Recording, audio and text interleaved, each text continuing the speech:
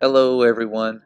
I am thankful to be back and have some time to share something that I've been wanting to share for a while.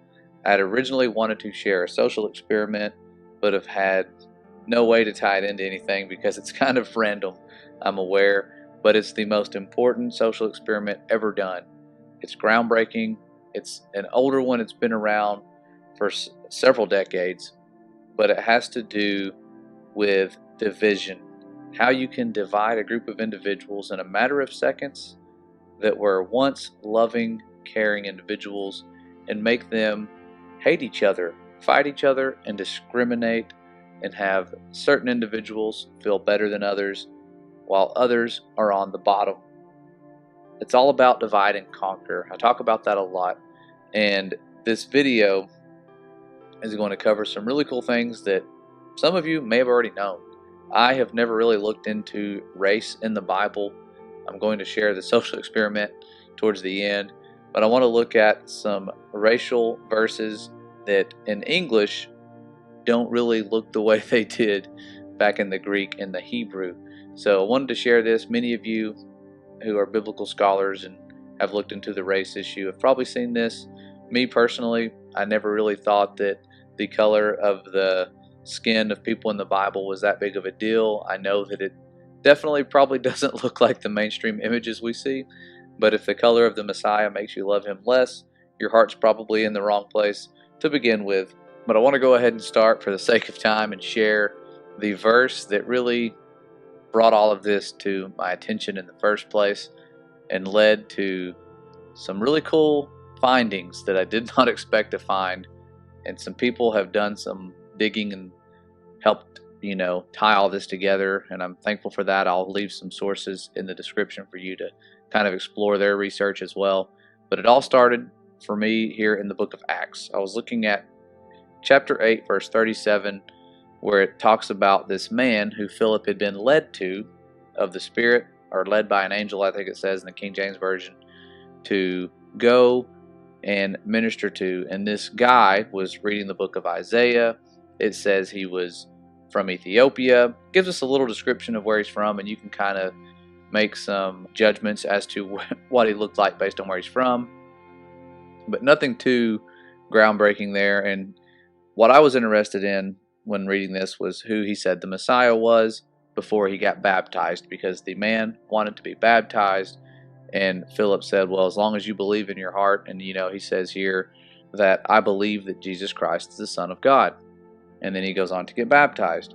Well, I translated this using Google Translate from Hebrew and Greek into English, and that's where it gets really cool, because in Hebrew, I've found it translates into English much better when using Google Translate than Greek does.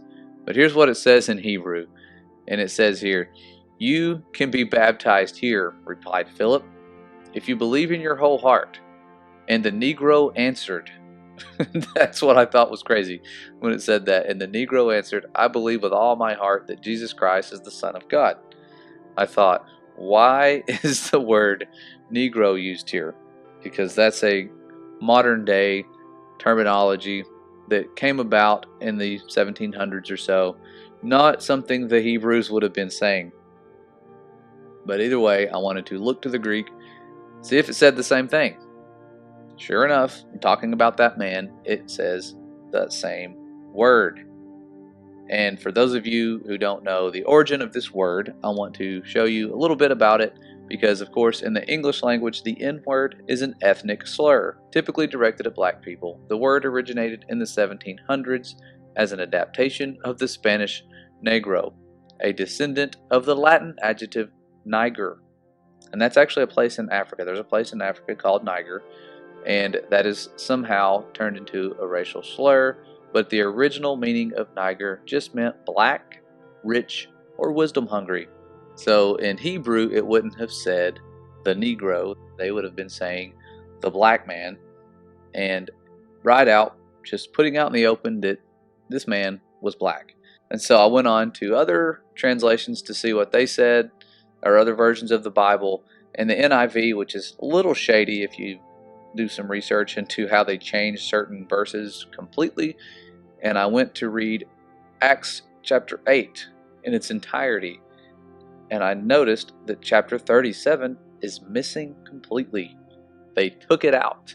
They didn't just like go, let's change the wording and make it sound a little different about who Jesus is or who this guy was. No, they just took it out.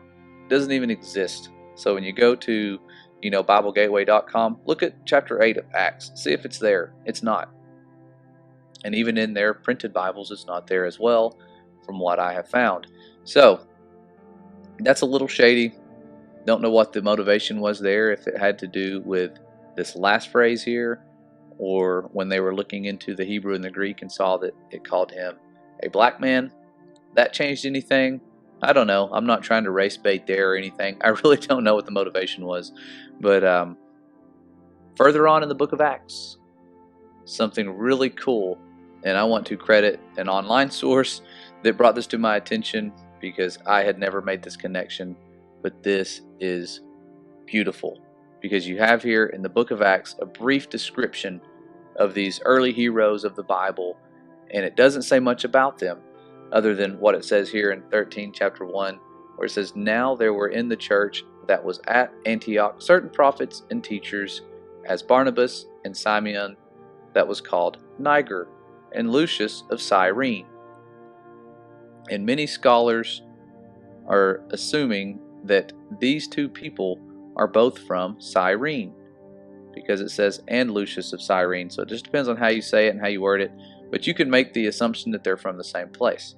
Now, when you go back to another translation of someone who was familiar with the Hebrew text, when it says he was called Niger, they said that he was known as the Black, and I would guess the black man. I don't know. I'm sure that back then, someone being a different color was still a big deal.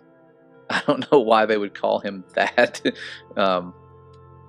But either way, that would not have stood out to me at all had I not read that article where they made the connection between this guy, Simeon, and this guy, Simon, who was also a Cyrenian.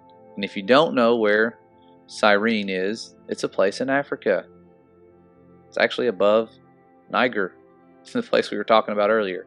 So, a place in Africa is where the man was from that was carrying the cross. And it says in Mark, "And they compel one Simon, a Cyrenian, who passed by, coming out of the country, the father of Alexander and Rufus, to bear his cross." The last part of this, where it says the father of Alexander and Rufus, that's important. It brings us to an artifact that I'd never heard of. And I believe the two are related, and that everything happens for a reason. But this Simon that carried the cross could have just as well been the same one in the book of Acts. And I say that because the article I read was bringing something really important to my attention about the name Simon, because we have Peter, who was also called Simeon, and in other parts of the Bible he is called Simon. I thought that was fascinating that they did the same. They could have been doing the same thing here from the book of Mark to the book of Acts, and just slightly changing the name because it's pretty much the exact same name, similar to Josh and Joshua and so on. But what I thought was really cool was an artifact that surfaced in the 1960s. Because, of course, back then people couldn't really afford to take their loved ones back to another country and have them buried and do all of that. So they would collect their remains and place them in what was known as ossuaries. And they were marked in Aramaic, one of them that they found, as Alexander of Cyrene. And it is inscribed twice in Greek, Alexander, son of Simon. So remember the guy carrying the cross in Mark? Who were his children? Who was his son? Alexander. This dates back to that exact period in time when the persecution was going on and people were burying their loved ones at a rapid rate. Here you find this precious artifact. And I'm not saying that it's definitely for sure the same people, but I just have that suspicion that it could be, and that those words ended up in the Bible for a reason. And here's a little bit of validation where you have someone from Cyrene. What are the chances that they are both from Cyrene? And Alexander, the son of Simon, and then you go to Mark and you have Simon, the father of Alexander. Something is special here about this, and I thought that was cool. I wanted to share that. This is not some game changer that changes salvation or anything, but it's just really cool to see things come together like this when it goes to race. It kind of paints a different picture of the cultural and racial integration back then and things that were going on. I don't know what the world was like in terms of racism back then, but I'm sure it existed to some degree because you had slavery and things like that as well. Now, the social experiment that blew my mind and still blows my mind as to why it's not more world famous has to do with a lady named Jane Elliott. Some of you have probably seen this lady in this experiment. If you have, that's great. I'm not going to share the video clips here in their entirety or anything because it's aired on PBS, and anything that's been on PBS, if you share it, they will copyright strike you. They're very serious about it. So I'm going to just explain a lot about what goes on in this experiment and link the video in the description, and you can watch it. This was, of course, right after MLK was assassinated, and this lady, Jane Elliott, an excellent teacher, thought, how can I make my children understand racism, division, and all of that based on color when they're just a bunch of white kids that are pretty much somewhat racist. And you can tell when you watch the video, these kids are racist. It's not kind of hidden. The way they talk and the slang that they use, the terminologies, it's sad, it's heartbreaking. But it gives today's generation a look into how far we've come in such a short amount of time in terms of racism, even though it's still a thing. But you look at these children, they love each other. They're sweet kids for the most part, despite their racial ways. They're very fun-loving kids. They do what the teacher says. They're not disrespectful.